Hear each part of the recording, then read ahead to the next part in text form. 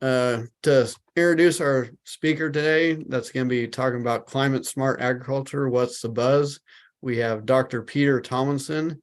He is an assistant professor and extension specialist in the Department of Agronomy at K-State. His research focuses on environmental quality, specifically microbiology, ecology, and soil biology in agriculture systems. He also works with the K-Care program with water research and extension projects to understand and improve water quality.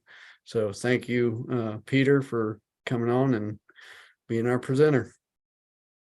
Happy to be here today. You should be able to share your screen.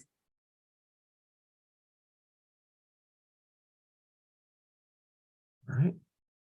Well, hopefully all of the technology is working today. I'm happy to be a part of the Crop Talk again this year. And climate smart agriculture, what's all the buzz? Where, what's the background? Where are we headed? So jump right in.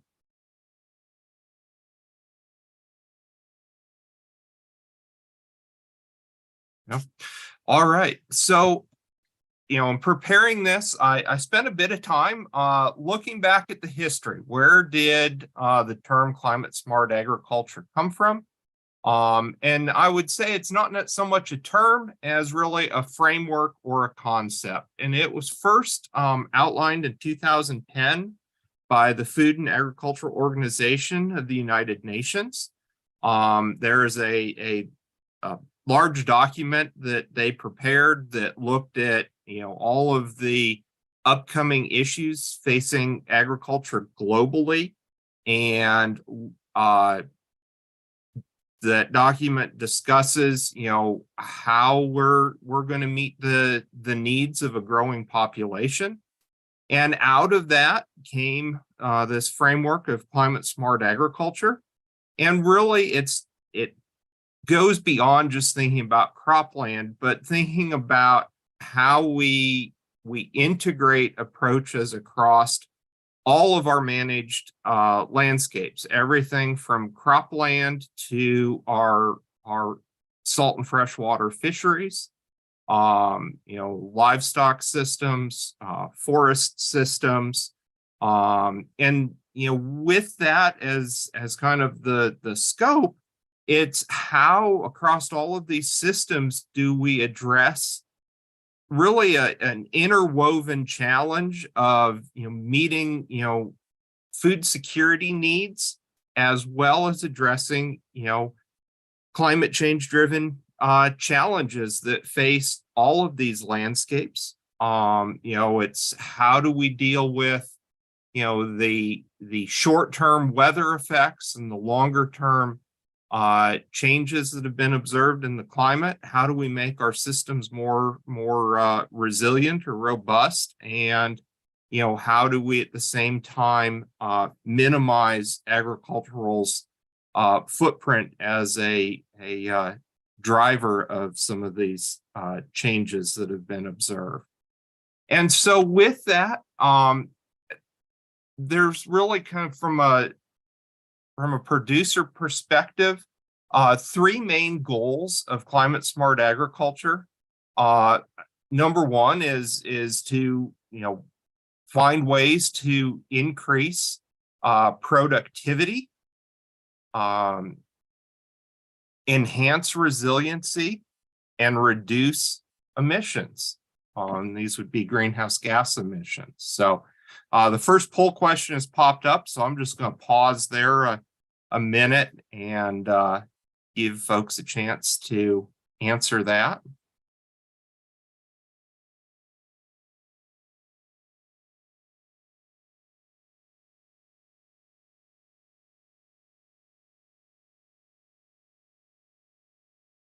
Okay. And so, within these three goals, the interesting thing is we look back at many similar. All right, so there's the responses to the poll question. So we've got kind of a predominance there in the middle of a little to some, and then few with no knowledge and a few with quite a bit of knowledge. So, all right, hopefully this will be useful for everybody. And so within the climate smart agricultural framework, there's no definition of new farming practices. In fact, many of the things that we're already doing from a conservation and stewardship standpoint are encompassed into the climate smart agricultural framework. This includes, for example, nutrient management. You might be asking, why does nutrient management fit into this? Well, a couple reasons. If we look at nitrogen fertilizer, for example, there is a carbon intensity score that can be calculated for the production phase of producing that nitrogen fertilizer. And that takes into account, the greenhouse gas emissions that occur during the fertilizer manufacturing and transportation. So at the farm level, if we can be more efficient with the nitrogen that we're applying, and we can save on how much nitrogen we're putting out, we can already realize a reduction in emissions, as well as some economic gains by using that nitrogen fertilizer more efficiently. And so, that's just one example from a nutrient management standpoint. Conservation tillage, cover crops, we can look at those, with conservation tillage. If we're saving a couple of tillage passes, we've got some reduction in fuel and tractor emissions. We concurrently can save on some soil moisture. We've got an opportunity for increased productivity. And if we're protecting that soil surface and armoring it against the erosive forces of raindrop impact and slowing down the water movement across the surface, we're keeping soil in place and enhancing the overall resiliency of our system. So, this is where, I'm excited about the concept of climate smart agriculture, because many of the things that we're already doing are captured within this framework.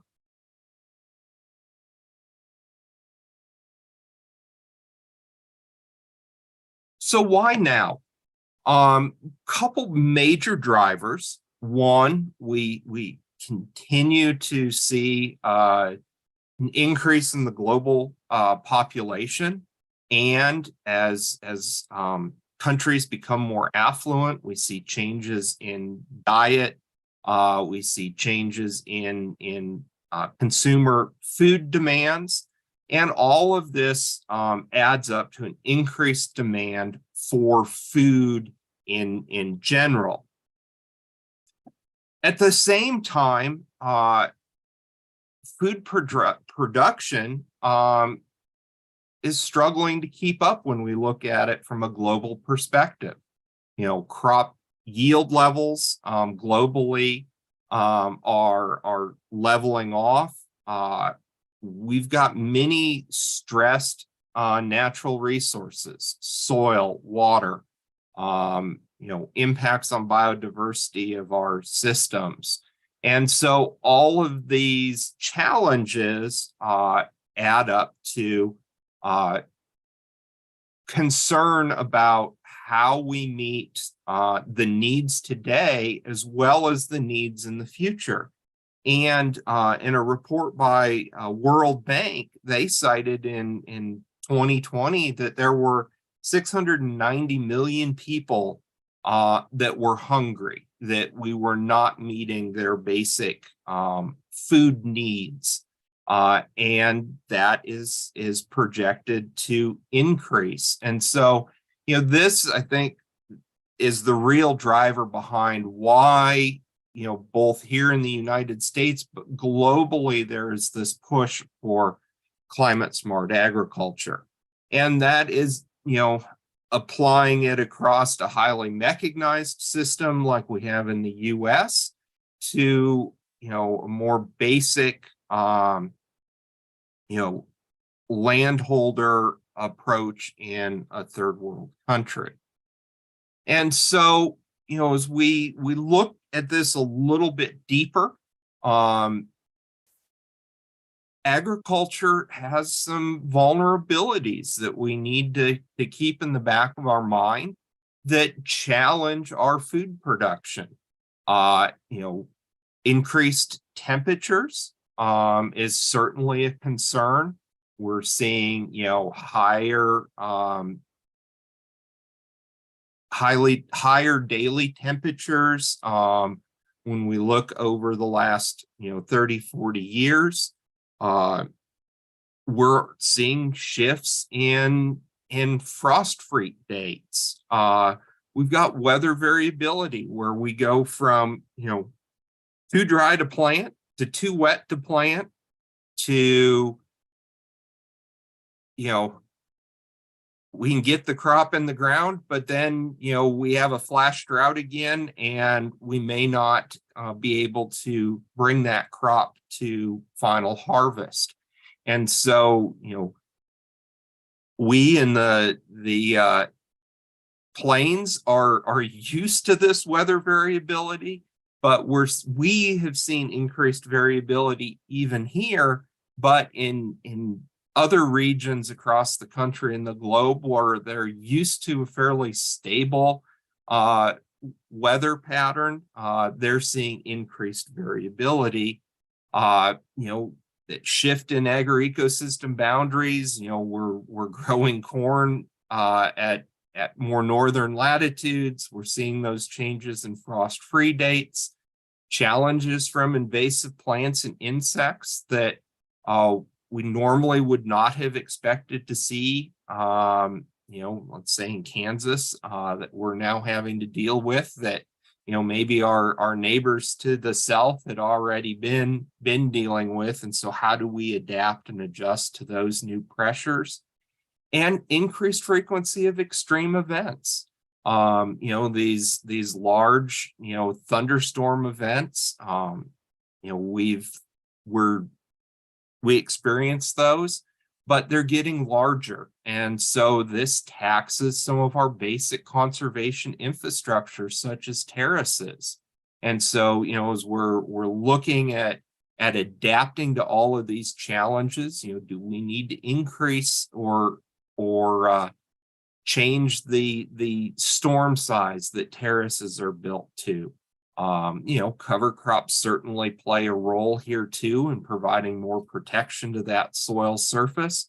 But as we stretch beyond our row crop systems and start to think about all of these vulnerabilities across other forms of agriculture, such as aquaculture, we can see that these same vulnerabilities stretch across multiple food production systems.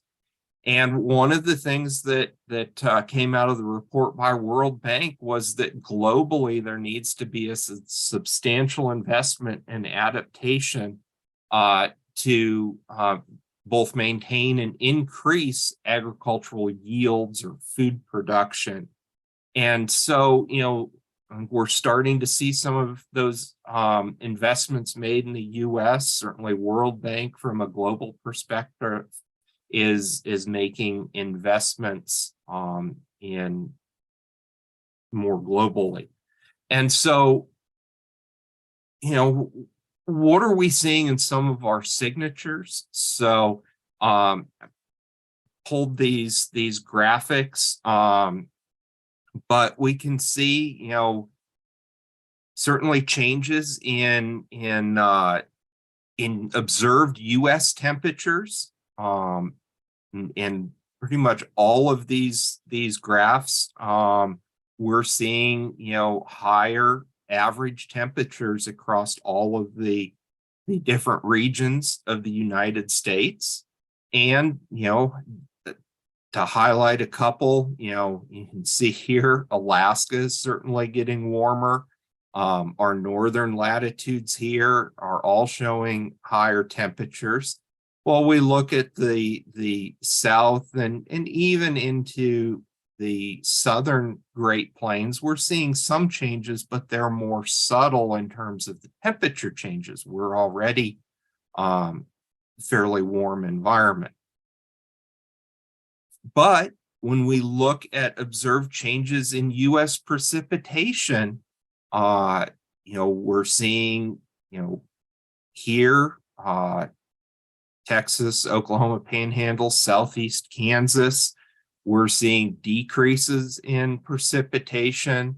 We go up here into the upper Great Plains and the Midwest, we're seeing some signatures of increased precipitation, and this is on, 10-year cycles. So we're not necessarily looking at the individual year data here that, if we looked at individual years, we would certainly pick up some of the droughts that we've experienced in the last 10 years. But this is just looking over a broader time frame to start to pick up, on a decadal scale, what changes are happening. This is, I think, a very interesting slide.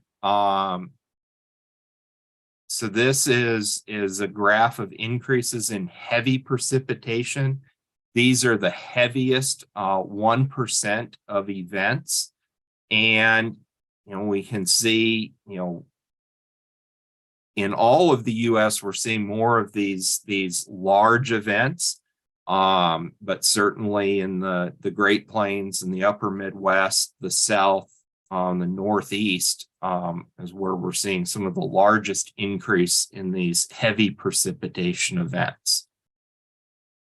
And this is change in frost season length. So we're adding days to the growing season. You're in North Dakota and you've got a longer time to grow corn. That may be a good thing. In Kansas, Oklahoma, Texas, is a longer growing season a good thing or a bad thing? I think we can argue that both ways, but we need to be aware that we've got changes in our growing season, and we need to be prepared and think about how we need to adjust our management to adapt to those changes.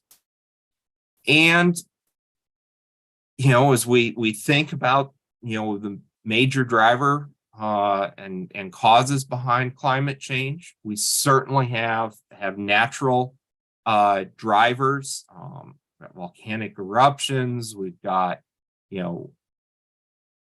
emissions from our natural systems, but human interactions are also driving some of these changes. We've got emissions coming from the agricultural sector, certainly not the largest, but one that gets attention. We'll talk about some of those emissions here in a little bit more detail. We've got industry, we've got transportation. Those are sectors that are producing greenhouse gases and serving as drivers of climate change. And so when we think about this in terms of an agricultural perspective, agriculture, depending on which report and how it's being aggregated, generates between 19 and 29% of all global greenhouse gas emissions. But with this also is the challenge of food loss or waste. And the World Bank report cites that about a third of global production never makes it to a hungry person. It's either lost at the farm gate, or it's wasted because of transportation issues.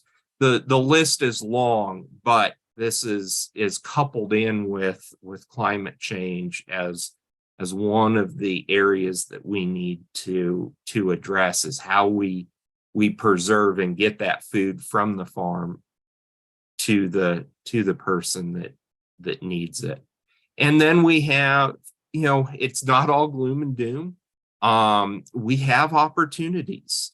We have opportunities to improve our efficiencies that lower emissions per unit of produced product.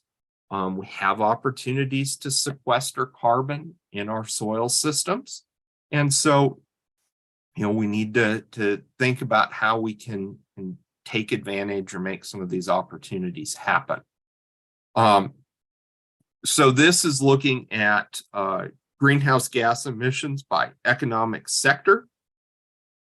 And so what we can see here, green is this category AFOLU, which stands for agriculture, forestry, and other land uses. In this report, accounts for about 24% of the emissions. And we see that electricity and heat production is 25%, large driver. Industrial manufacturing, 21%, transportation, 14%. And so, agriculture's right up there in the big four sources of greenhouse gases. And this is in terms of the direct emissions. When we look at the indirect emissions that come into play, there's still some from agriculture, forestry, and other land uses, but it plays a smaller part there. Looking at US greenhouse gas emissions, carbon dioxide is the big player in the United States. Nitrous oxide, which is one gas that we think about from an agricultural perspective, accounts for about 7%, and this would be connected with denitrification and nitrogen fertilizer use. Methane production, about 10%, and then other fluorinated gases, about 3%. And so, this agriculture, forestry, and other land use sector gets a fair bit of attention, and I've talked about this in more detail when I talk about carbon credits. But what I'll just simply highlight here is, when we look at these different agricultural sectors,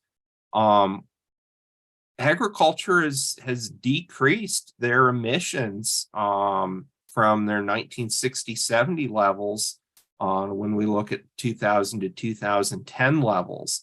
And so, this is certainly good, and it highlights that there can be opportunities within agriculture to decrease their emissions.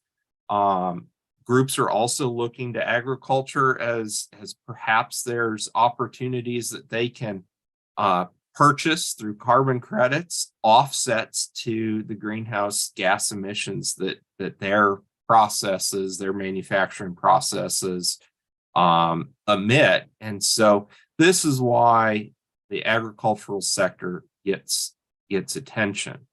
And so, as we transition here a little bit, I just wanted to highlight that as we think about climate smart agriculture, this is not new to Kansas, and certainly not new to research that has been going on throughout Kansas. I've titled this slide, resilient soils through conservation practices. We've had lots of work that K-State has been involved with, and adoption of conservation practices such as terraces and how we maintain those, reduced or no-till production, residue management, cover crops, the technology that goes with, how to set a planter to deal with heavy residues. The spectrum of work is broad that has been done to support, conservation practices that lead to resilient soils. And so I'll just highlight a few studies that I've been involved with. So there's a long-term cropping systems cover crop study. It's focused on the addition of cover crops between wheat and initially grain sorghum, now corn. Started in 2007 by Dr. Craig Rosenboom. But it's looking at after wheat harvest, what cover crop opportunities can be inserted there. There's been work done to look at, if we add a cover crop, can we reduce or retain nitrogen in that cover crop biomass that otherwise would have been subject to loss? And so this is looking at near surface soil nitrate levels. And in fact, we've been able to document that, the addition of a range of cover crops will reduce that available nitrogen at the near surface. Ostensibly, that's being retained in the cover crop residue. And with that, we can decrease the nitrous oxide emissions and compared to a chemical fallow where we've left nitrogen, unused by the wheat crop is left in the soil system. And with that, we've got to, make sure that we're still producing and maximizing our crop production. And so we've looked at, where does the optimum nitrogen rate need to be? And then with that, we can also look at fertilizer replacement value calculation for cover crops. And so, do certain cover crops present an opportunity to replace some of the nitrogen in the system? And this has been a bit hit and miss, but certainly if you can get a summer legume planted after your wheat as a cover crop, you have the potential to replace a portion of your nitrogen needs. But there are other cover crops that either have no effect or, suggest that you need to add additional nitrogen to your system, such as a summer non-legume cover crop like sorghum sudan grass. We've got the Agricultural Watershed Field Laboratory that has been in place since 2014. Focuses on improving our understanding of the addition of cover crops in the corn soybean system. We've been able to document decreases in soil erosion by having that cover crop present. And we're getting a better understanding of how water moves off a field that is in no-till, either with cover crops in the green or without cover crops in the brown. And the interesting thing is we've seen the same amount of water leave the field, but where we've added the cover crop, we're decreasing the peak height or the maximum flow that's leaving the field, and that water stays in the field for a longer period of time. And then we're also gaining some important insight around phosphorus fertilizer management and new phosphorus stratification that has if we're losing phosphorus to our freshwater systems has impacts on harmful algal blooms and fishery production downstream. Looking west, Augustino Bohr and John Holman, who spoke last week, have been doing some innovative research around flex cover cropping, trying to balance, growing a cover crop that has a potential to fix carbon, increase organic matter in our soil systems, with the challenges of limited precipitation in western Kansas. Documented some interesting results with aggregate stability increases, and looking for, how do we balance the environmental challenges of western Kansas with some of these opportunities around climate smart agricultural practices. And there's a range of other projects ongoing. There's been a partnership between the Kansas corn growers and the Soil Health Partnership. There's been a couple USDA funded projects in this sustainable agricultural ecosystems area, looking at both cover crops and how we maintain productivity in our rain-fed food systems in Kansas.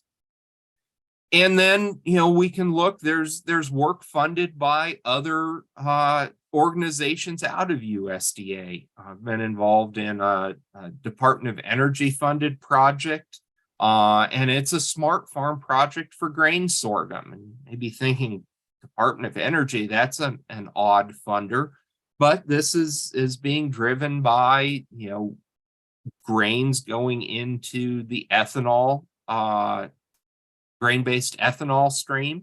Sorghum is certainly a viable grain for ethanol production, and depending on availability, can be quite competitive in the ethanol market. And Kansas, Panhandle, Oklahoma into Texas is the heart of sorghum production country. So it makes sense that a project thinking about grain sorghum is based in western Kansas, western Oklahoma, and the Panhandle of Texas. And so, we're looking at a broad range. This is on-farm work, looking at, what are the crop management drivers? What are the atmospheric drivers, the soil drivers? And so we're taking measurements in all of these areas, developing a large, high quality data set that can be used in modeling and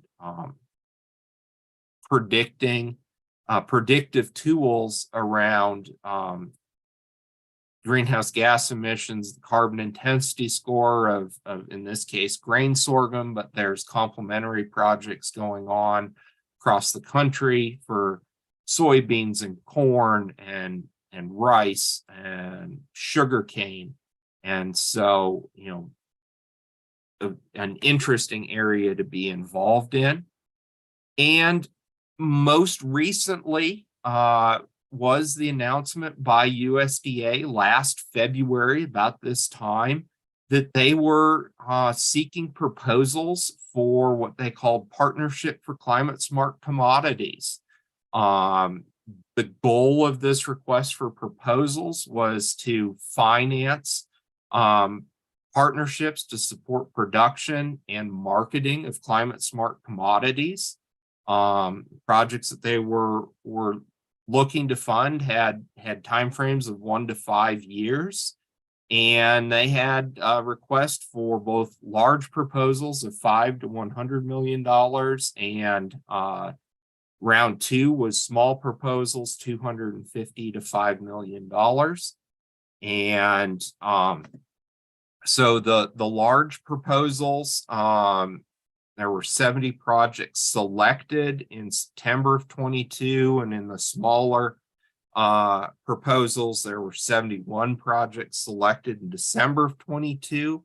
I've gone through the website and identified the projects that listed Kansas as being a state that there's planned work, and there are 24 projects that identify Kansas. So this is something to be on the lookout in the next 6 to 12 months. Many of these projects are still in ongoing negotiations with USDA.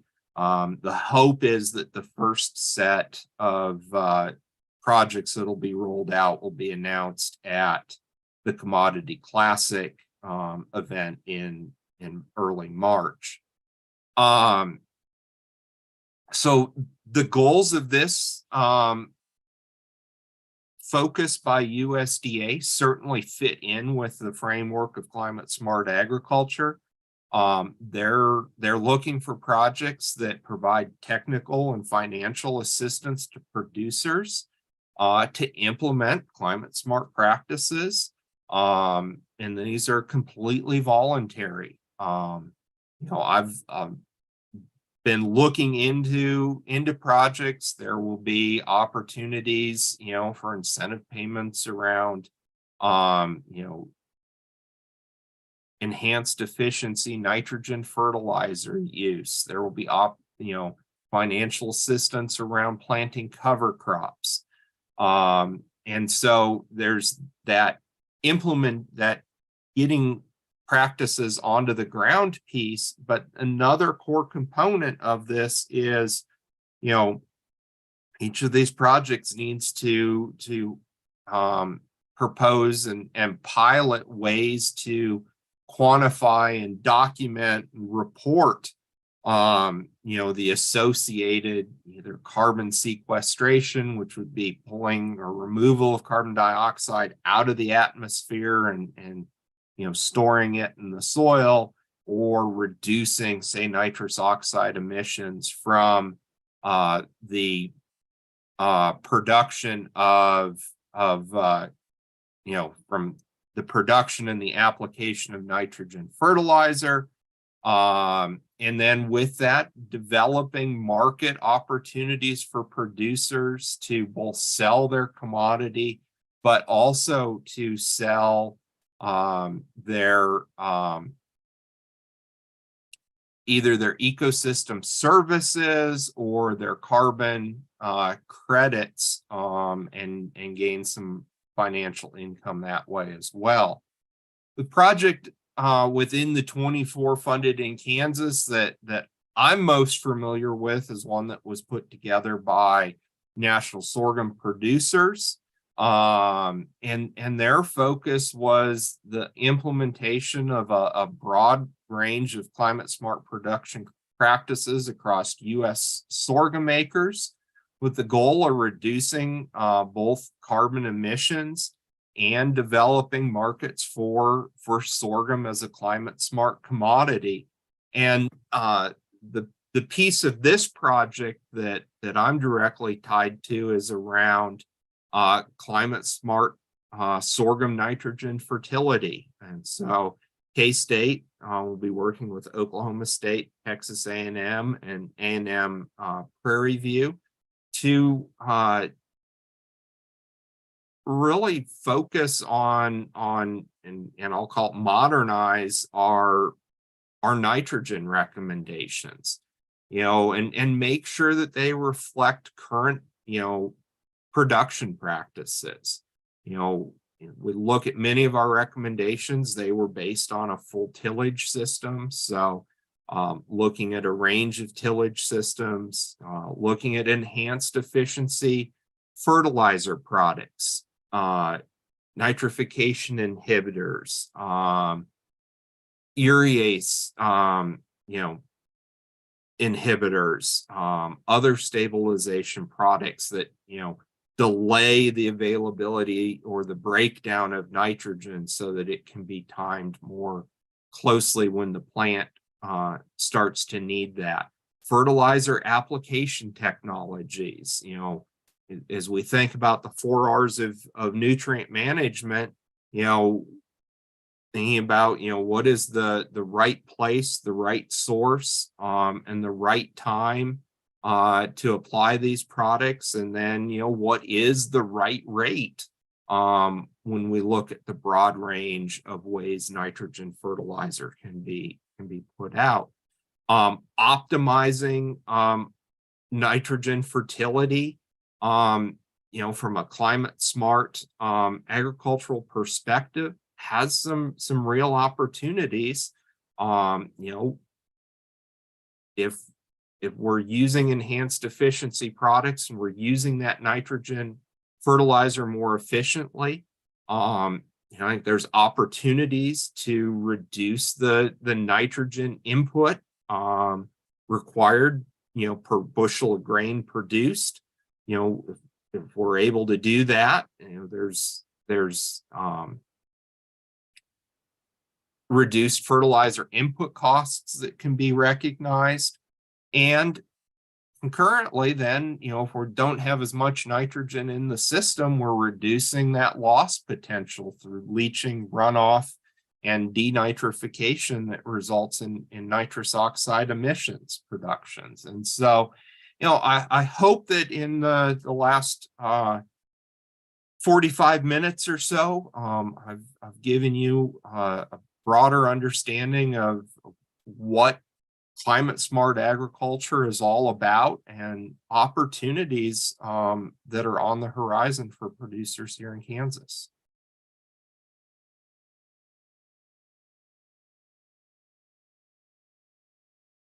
And I am happy to take any questions at this point. Yeah, thank you, Peter. Like Peter said, he's happy to take any questions right now on Zoom or YouTube. You can, on Zoom, you can type those questions in the Q&A box down at the bottom of the screen. Click on the Q&A and you should have a box come up where you can type your question. And also you can do the same in YouTube if you've got any questions.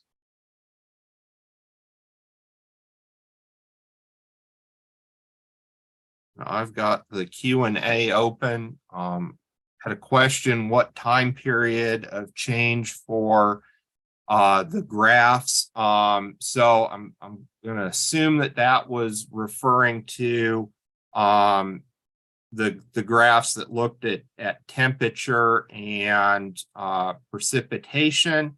And those, the bar graphs that surrounded the broader map were by 10-year decadal increments. And then that the overall map, I believe that looked at change over the last 50 years.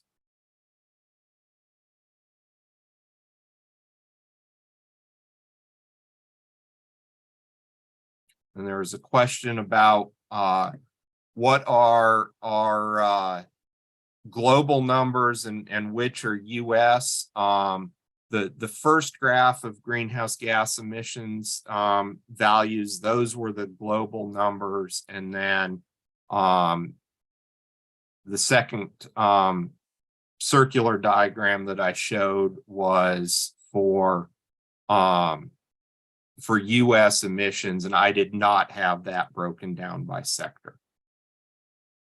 So do I think improved genetics can manage to keep yields going higher in this century?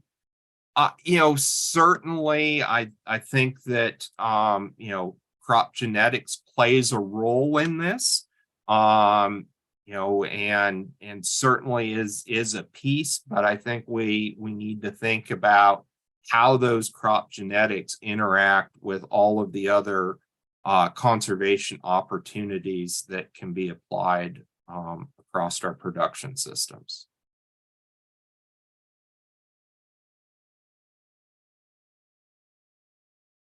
Okay, any more questions coming in for Peter? Be sure you type those in the Q&A. So we still have some time for questions. Okay, we'll do a few housekeeping just in case any of you do have some questions that come in, because we do have a little bit of time. On the handouts, you all should have been emailed the handouts this morning, probably about 15 to 20 minutes before our event started. We will get those downloaded as well on the Northwest Agronomy website. So if you didn't have time to run those off, we will run those off or you can run those off for yourself. Again, my name is Sandra Wick. I'm the crop production agent with the Post Rock Extension District. We'd certainly like to thank Peter for presenting this information for us on climate smart agriculture. We ask that to help us out for future programming, we ask that you complete this very short survey. You can click on it right there. The link is in the chat, or the QR code is right there, and you can scan that. There's only about 3 or 4 questions, and it won't take you even a couple minutes to do that. So we would really appreciate if you do that. Also, while I've got your attention on here, if you notice when we were going through the video at first, we are going to be having our weed meetings out here in Northwest and North Central Kansas. However, there has been a change with our schedule due to the upcoming winter storm that's out there. So we will not be having any of the in-person meetings on Wednesday, which is tomorrow, February 15th. Instead, we will do a virtual meeting tomorrow evening from 5 to 7 p.m. If you have already registered for those events, you will get an email with the link to join us. If you haven't registered for those events, you can certainly go into the Northwest Agronomy site and register, and then you'll receive a link for virtually that will be recorded as well. And then we can post those on the Northwest site along with other county and district websites. There will be an in-person meeting on Thursday. We are canceling the Kensington meeting since it's pretty early in the morning, but we are going to be trying to hold the in-person Russell meeting, same time, same location, which would be 3 to 6 p.m. at Merity's Restaurant there in Russell. So that's a new schedule. We will have 1 virtual and 1 in person for now. Please stay tuned to the emails because we're going to be looking at possibly, we'll stay tuned to the weather on Thursday. But if it materializes different and we need to cancel the Thursday one, please pay attention to those things as well. Okay, it looks like we're ready for the next slide, Craig. Alrighty, so this completes our virtual crop talk for today. Please join us for next week, which should be on Tuesday, February 21st. We'll be talking about some alternative weed control research from Kansas. So again, noon to 1 Central Standard Time, same location, same link. So be sure you use the same link that you've always gotten for these, but you will be sent out a link early in the morning, I believe, next Tuesday morning, and then probably about 15 to 20 minutes before the Zoom starts. So you'll have 2 opportunities in order to save that link. So do we have any questions or anything? How about YouTube? Aaron, anything on YouTube or any more people have any more questions? No questions on YouTube at this time. Okay. Again, please go to the website on Northwest Agronomy.